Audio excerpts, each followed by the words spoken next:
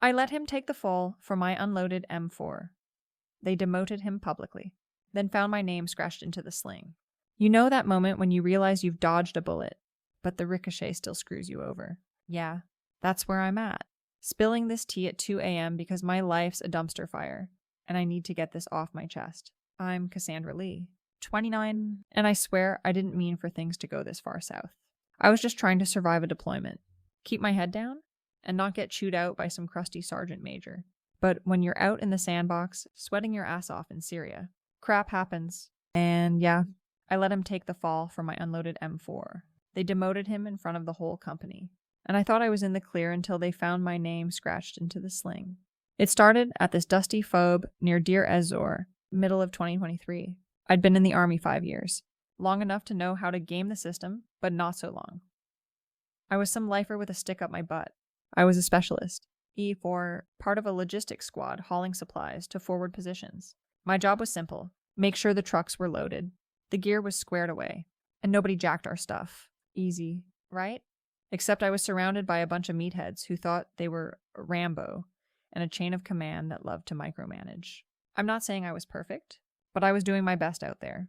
If they'd just trusted me to do my job, none of this would have happened.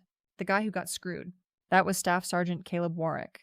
My squad leader, Caleb, was one of those too nice types, always checking on everyone, making sure we had enough water, acting like he was our dad or something. Total people pleaser? He'd been in forever, probably 12 years, and you could tell he was burnt out but still trying to play hero. I mean, the dude was solid tall, broad shoulders, always calm under pressure, but he had this annoying habit of asking me if I was okay, like I was some fragile private fresh out of basic. I'd just roll my eyes and say, "I'm fine, Sarge." But inside I was like, "Stop babysitting me. You're not my therapist." Truth is, I didn't hate Caleb. He was good at his job, always covering for us when the LT got pissy about late paperwork or missing gear. But he had this thing where he'd try to mentor me like I needed his life advice. I'd nod and smile, but in my head, I'm thinking, "Buddy, you're not my CO. Back off." I mean, I wasn't some cherry private. I'd been on 2 deployments before Syria, humped through patrols in Iraq, dealt with IDA scares. And yeah, I'd hooked up with a guy in my last unit. Sue me, deployments are boring. And I'm not a nun. Point is, I knew how to handle myself. Caleb just didn't get that. The unloaded M4 thing? Okay, that was a screw up. But hear me out. We were prepping for a convoy to resupply a forward patrol base, and I was rushing because the LT was breathing down my neck about some dumb deadline. I was supposed to check my weapon before we rolled out standard procedure, right? Make sure it's loaded, safety on, all that jazz. But I got distracted. Some private was whining about his ruck being too heavy, and I had to play mom and fix it for him. Then the radio was blaring about a possible ambush up the road, and I'm trying to keep my cool while everyone's yelling. I forgot to load my mag? It happens. Okay. I'm not a robot. We get to the patrol base. And of course, that's when everything goes to hell. The forward team had taken contact small arms fire. Nothing crazy, but enough to put everyone on edge. Caleb's barking orders, telling us to set up a perimeter, and I'm out there with my M4, acting like I've got my shit together. Then this E7 from another squad, some jerk named Torres, starts doing spot checks on weapons because he's got nothing better to do. He gets to me, and I'm thinking, oh crap, my mag's in my pouch, not my rifle. Before he can check, I accidentally drop my M4 in the dirt, kick up a cloud of dust, and start coughing like I'm dying. Torres yells at me to pick it up, but Caleb steps in, all noble, saying, I got her.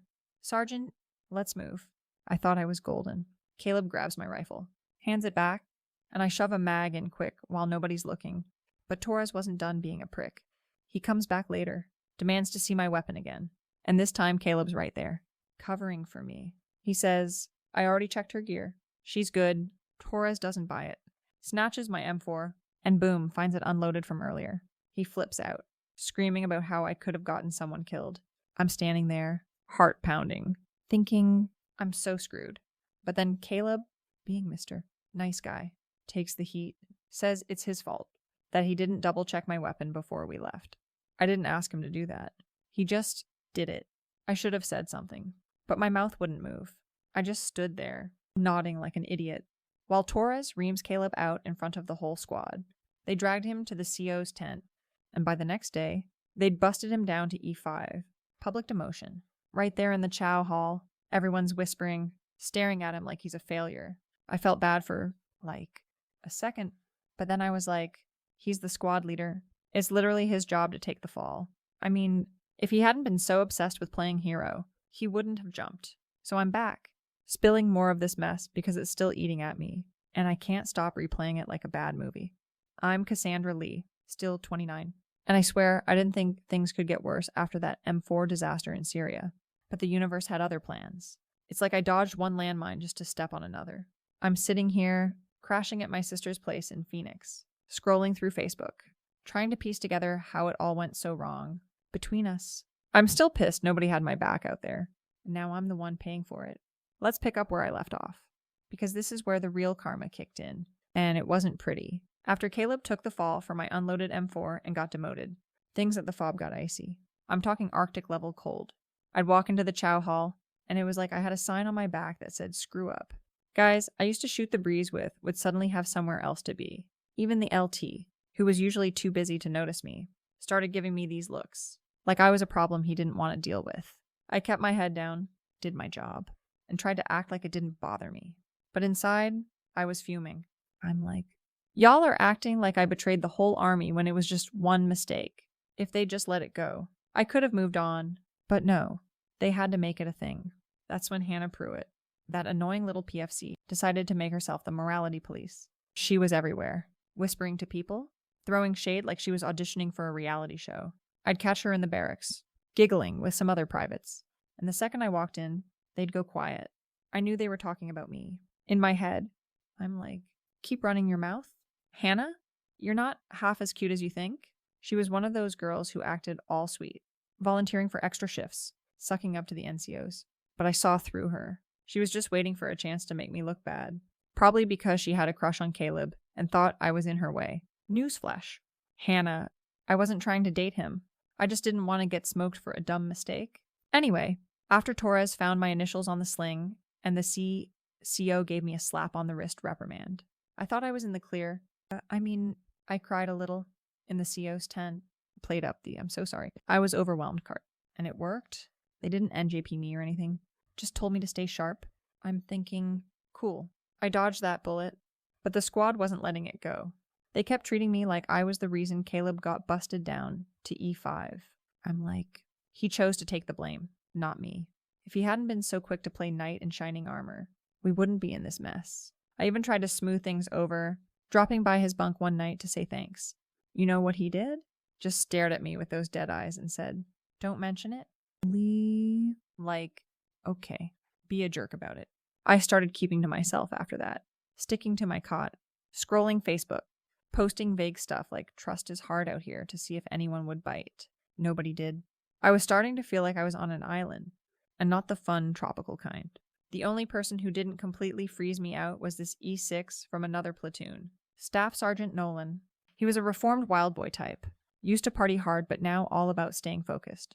He'd chat me up in the chow hall, crack jokes, make me feel like I wasn't totally invisible. I wasn't into him or anything, he was too cocky. Always bragging about his old deployments, but it was nice to have someone not treat me like garbage. Between us, I might have flirted a little, just to keep him on my side. Deployments are lonely, you know? Then came the convoy that changed everything. It was a month after the M4 thing, and I was still getting side-eye from the squad. The LT voluntold me for a resupply run to some outpost in the middle of nowhere. I didn't want to go, my gut was screaming it was a bad idea, but I couldn't say no without looking like I was shirking. Caleb was leading the convoy, even though he was E5 now. I guess the CO thought it was a chance for him to redeem himself or whatever. I'm thinking, great. Stuck with Mr. Mopey on a sketchy route. He was still acting checked out, barely talking, just giving orders like a robot. I tried to stay out of his way, keep my M4 loaded this time, and just get through it. We're rolling through this narrow valley, sun beating down, dust choking the air. The radio's quiet, which is never a good sign. I'm in the back of a Humvee, sweating through my gear, when boom, the lead vehicle hits an ID. The blast shakes the whole convoy, and suddenly everyone's yelling, radios crackling. Contact? Contact. I'm gripping my M4, heart pounding so hard I can't think straight. Insurgents start lighting us up from the ridges. Pop. Pop.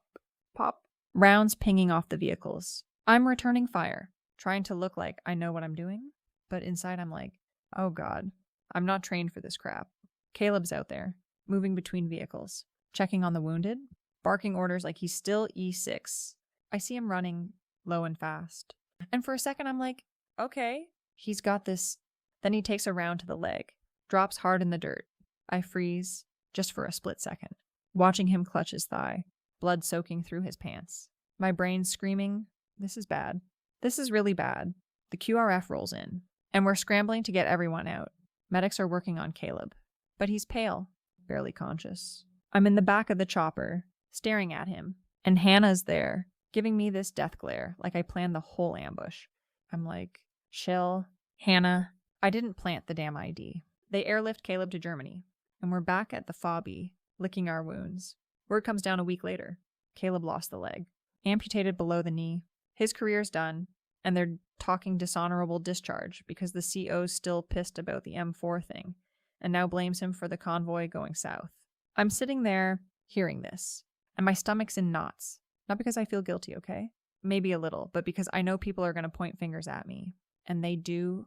Hannah's telling everyone I got Caleb crippled because I couldn't load my rifle back at the patrol base. I'm like, are you serious? That IED had nothing to do with me, but it's like nobody hears me. The squad's done with me. Even Nolan stops joking around, starts avoiding me like I'm bad luck. It gets worse. The CO calls me in, says my name's on a report going up the chain. They're investigating the M4 incident again, and now they're looking at my whole deployment record. Apparently, Hannah and some other snitches told the brass I'd been careless on other missions. I'm like, careless. I was doing my job, but they're building a case. And next thing I know, I'm on a plane back to the States with administrative separation papers. Not a full dishonorable discharge, but close enough no benefits. No GI Bill, just a big see ya from the army. I'm thinking, this is such BS. If I was a guy, they'd let this slide. I land in Phoenix, crashing at my sister's tiny apartment, sleeping on her couch. She's all, what happened out there? And I just shrug, say it was a misunderstanding. I'm not about to tell her I let a guy take the fall for me, and it cost him his leg. I'm scrolling Facebook one night, and I see Hannah's engaged to some E6, posting all these lovey-dovey photos with captions like, found my forever. I'm gagging. She's out here living her best life while I'm unemployed, broke, and stuck in Phoenix. I check out Caleb's profile. Someone tagged him in a vet group. He's back in Michigan, living with his parents, looking rough in a wheelchair. I almost message him, but I stop myself. What am I gonna say? Sorry your life's ruined. Nah. He should have known better than to cover for me. I start looking for jobs, but it's slim pickings. I finally land a gig at a warehouse, moving boxes for minimum wage. It's humiliating, going from carrying an M4 to stacking pallets. But I'm like, whatever, I'll bounce back. I post a selfie on Facebook, all smiles. Caption, new beginnings. But inside I'm seething. The army screwed me over. Caleb screwed himself over. Hannah's a backstabbing little witch. Nobody had my back. And now I'm starting from scratch. Between us, I'm not sorry for what I did. I was surviving out there, same as everyone else. If they'd just trusted me to do my job, none of this would have happened. I'm fine now. Or I will be. But that sling, scratching my name into it was the only thing that felt like mine.